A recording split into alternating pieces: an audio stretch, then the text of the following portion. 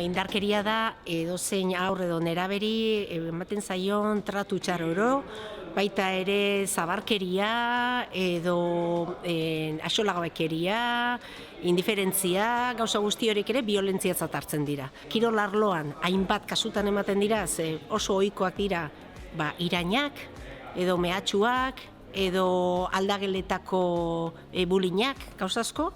Beste kirol arloa ez den beste arlo batzuetan, adibidez oso ikusgarria direna guretzako.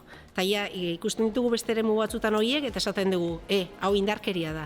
Baina hain sartuta egon da kirol eremuan olako jarduteko moduak, olako praktikak, ez ditugula askotan indarkeria atzat hartzen eta indarkeria dira. Administrazio publikoena arautzea, laguntzea, prozesu guztian, prozesuren berri ematea, bultzatzea, eta federazioek eta kirol elkarteek egin behar dutena da, araudi hori onartu, garatu, eta batez ere praktikan jarri lurrartu.